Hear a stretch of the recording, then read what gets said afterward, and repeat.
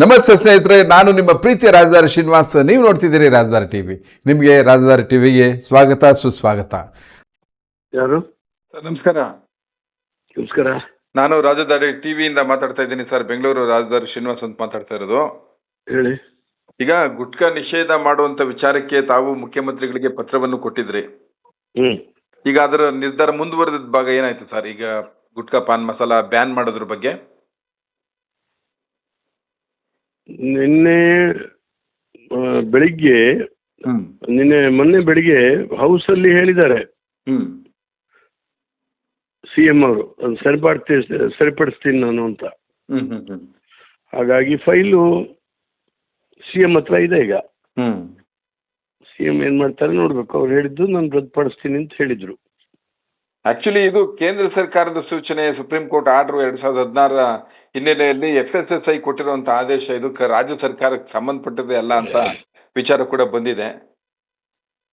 ಅಲ್ಲ ಸರ್, ಯಾವಾಗ ಕೊಟ್ಟಿದ್ದದು FSSAI?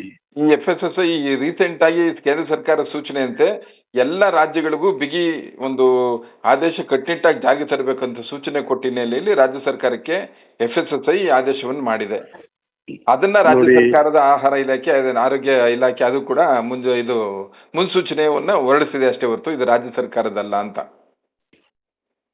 ಆದ್ರೆ ರಾಜ್ಯ ಸರ್ಕಾರ ಅಡಿಕೆ ಬೆಳೆಯೋ ಸ್ಟೇಟ್ ಇದು ಮಾಡ್ಬೇಕಾ ಬೇಡವಾ, ರೀಕನ್ಸಿಡರ್ ಮಾಡಿ ಅಂತ ಹೇಳಿ ಕೇಳ್ಬೇಕಾ ಅಂತ ಹೇಳುವಂತದನ್ನ ಮುಖ್ಯಮಂತ್ರಿಗಳು ಪರಿಶೀಲನೆ ಮಾಡ್ತಾರೆ. ಈಗ ನೀವು ಈ ಹಿಂದೆ ಗೃಹ ಸಚಿವರಾಗಿ ಕೆಲಸ ಮಾಡಿದ್ರಿ, ಮಾದರಿಯಾಗಿ ತಮ್ಮ ರಾಜಕೀಯವನ್ನ ನಾವು ಇಡೀ ರಾಜ್ಯ ನೋಡಿದೆ. ಈಗ ಅಡಿಕೆ ಬೆಳೆಗಾರರು ಒಂದು ಕಡೆ ಕಷ್ಟದಲ್ಲಿ ನಷ್ಟದಲ್ಲಿ ಇರುವಂತ ಪರಿಸ್ಥಿತಿ, ಅದು ಮುಖ್ಯವೋ ರಾಜ್ಯದ ಯುವ ಜನತೆಯ ಆರೋಗ್ಯ ಮುಖ್ಯವೋ ಅನ್ನೋ ಒಂದು ಗೊಂದಲದಲ್ಲಿ ರಾಜ್ಯ ಸರ್ಕಾರನೂ ಇದೆ. ಹಾಗೇನೆ ಬಹುಶಃ ತಾವು ಕೂಡ ಇದ್ರಿ ಅಂತ ನಾನು ಭಾವಿಸಿದ್ದೇನೆ. ಇಲ್ಲ, ನಾನು ಹೇಳೋದು ಈಗ ಆರೋಗ್ಯಕ್ಕೆ ಹಾನಿಕರವಾದಂತ ಅನೇಕ ಸಂಗತಿಗಳಿದ್ದಾವೆ. ಲಿಕ್ಕರ್ ಬ್ಯಾನ್ ಮಾಡ್ತಾ ಇಲ್ವಲ್ಲ, ಯಾಕೆ?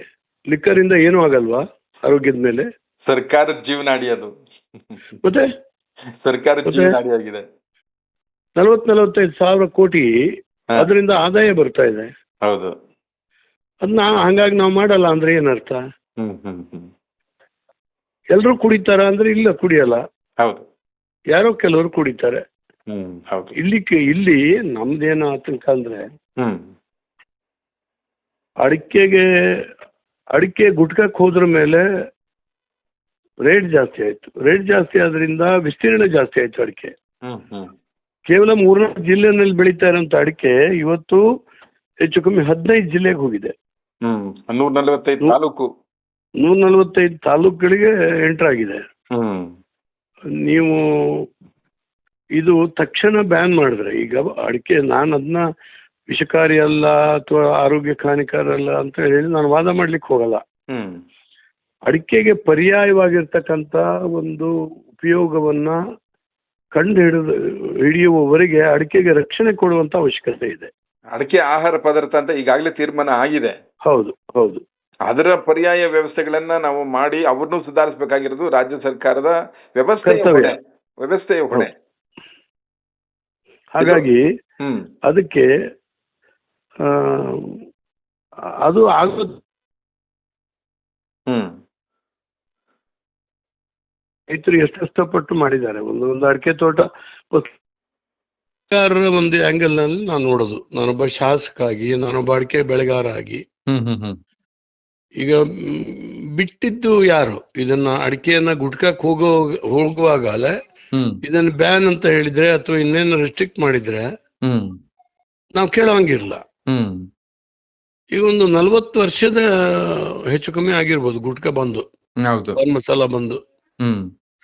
40 ವರ್ಷದಿಂದ ಕಣ್ಮುಚ್ಕೊಂಡಿದ್ದಂತ ಸರ್ಕಾರಗಳು ಏಕಾಏಕಿ ಒನ್ ಡೇನಲ್ಲಿ ಹೊಡೆದಾಕ್ಬಿಟ್ರೆ ಪರಿಸ್ಥಿತಿ ಏನಾಗುತ್ತೆ? ಇವತ್ತು ಅದನ್ನೇ ಬಹಳ ಡಿಪೆಂಡ್ ಆಗಿರೋ ವ್ಯಾಪಾರಸ್ಥರು ಇದ್ದಾರೆ ಒಂದು ವಲಯದಲ್ಲಿ. ಹಾಗೇನೆ ಬಹಳ ವ್ಯಸನ ಆಗ್ಬಿಟ್ಟಿದೆ. ಅದನ್ನ ಬಿಟ್ರೆ ಆರೋಗ್ಯಕರವಾಗಿ ಕೂಡ ನಮ್ ಗಾಬರಿ ಆಗುತ್ತೆ ಅನ್ನುವಂತ ಯುವ ಪೀಳಿಗೆನೂ ಕೂಡ ಅದ್ರ ಹಿಂದಗಡೆ ಇದೆ. ಯುವಕರು ಮಾತ್ರ ಅಲ್ಲ ಸರ್, ವಯಸ್ಕರಿಂದ ಹಿಡಿದು ಎಲ್ಲರೂ ತಿಂತಾರೆ. ನಮ್ಮ ಸಾಂಪ್ರದಾಯಿಕ ಸಾಂಪ್ರದಾಯಿಕ ಸರ್. ಅಲ್ಲ, ನಮ್ಮಲ್ಲಿ ನನ್ನ ತಂದೆ ತೀರ್ಕೊಳ್ಳುವಾಗ 85 ವರ್ಷ. ಹೆಚ್ಚು ಕಮ್ಮಿ ಅವರು 15ನೇ ವಯಸ್ಸಿಂದ ಎಲೆ, ಅಡಿಕೆ, ಸುಣ್ಣ, ತಂಬಾಕು ಇಷ್ಟ ಆಗ್ತಿದ್ರು. ಅವ್ರು ತೀರ್ಕೊಳ್ಳುವಾಗ ಹೆಚ್ಚು ಕಮ್ಮಿ ಒಂದು ದಿನಕ್ಕೆ 100 ಗ್ರಾಮ್ ಆಗೋಷ್ಟು ತಂಬಾಕು ತಿಂತಿದ್ರೇನು. ರಾತ್ರಿ ಕೂಡ ದವಡೆನಲ್ಲಿ ಇಟ್ಕೊಂಡು ಮಲಗ್ತಿದ್ರು. ನಮ್ಮ ಅಪ್ಪಗೆ ಓರಲ್ ಕ್ಯಾನ್ಸರ್ ಬಂದು ಸತ್ತಿದ್ದಲ್ಲ, ಅವರು ಏಜ್ ರಿಲೇಟೆಡ್ ಇದರಿಂದ ಹಾರ್ಟ್ ಎನ್ಲಾರ್ಜ್ ಆಯ್ತು, ಇದಾಯ್ತು, ಅವ್ರು ತೀರ್ಕೊಂಡು ವಯಸ್ಸಹಜವಾಗಿ.